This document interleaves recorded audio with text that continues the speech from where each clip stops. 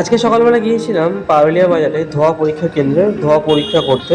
অনেকদিন ধরে পলিউশনটা করা হয়নি গাড়ি। এই লোকেশনটা হচ্ছে পারুলিয়া বাজারের শেষ প্রান্তে, নবদ্বীপের দিকে যাওয়ার পথে বাদিকে পড়বে। এই যে ধোঁয়া পরীক্ষা কেন্দ্র। আমি আর মা বেরিয়ে পড়েছিলাম সকালবেলা। ওখান থেকে গিয়েছিলাম শ্রীরামপুর বিডিও অফিসে নজরুল মঞ্চে অন্নপূর্ণা ভান্ডারের জন্য। নমস্কার সকলকে, আরেকটি নতুন ভিডিওতে। দেখতে পাচ্ছেন প্রচুর মানুষ লাইনে দাঁড়িয়ে রয়েছে। সকালবেলা তবুও কম ছিল, যত বেলা বাড়ছিল জনসংখ্যা আরও বাড়ছে। এই হচ্ছে বিডিও অফিসের মেন গেট। তবে অন্নপূর্ণা ভান্ডারের জন্য প্রচুর মানুষ এসছেন। অনেকে লিস্টে নাম ওঠেনি ওর বা অন্যান্য সমস্যা নিয়ে।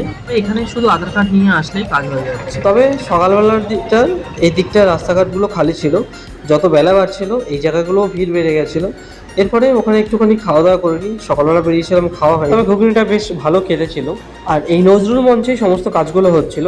দেখুন নজরুল মঞ্চের ভেতরের দিকটা, এখানেই সমস্ত মিটিংগুলো হয়। দেখুন বেলা বাড়তে বাড়তে গেটের সামনের দিকটাও প্রচণ্ড ভিড় হয়ে গেছিলো। অনেক কষ্ট করে গাড়ি বের করে তারপরে আমি আর মা বাড়িতে উদ্দেশ্যে রওনা দিই। আজ এই পর্যন্ত, দেখা হচ্ছে পরের ভিডিওতে।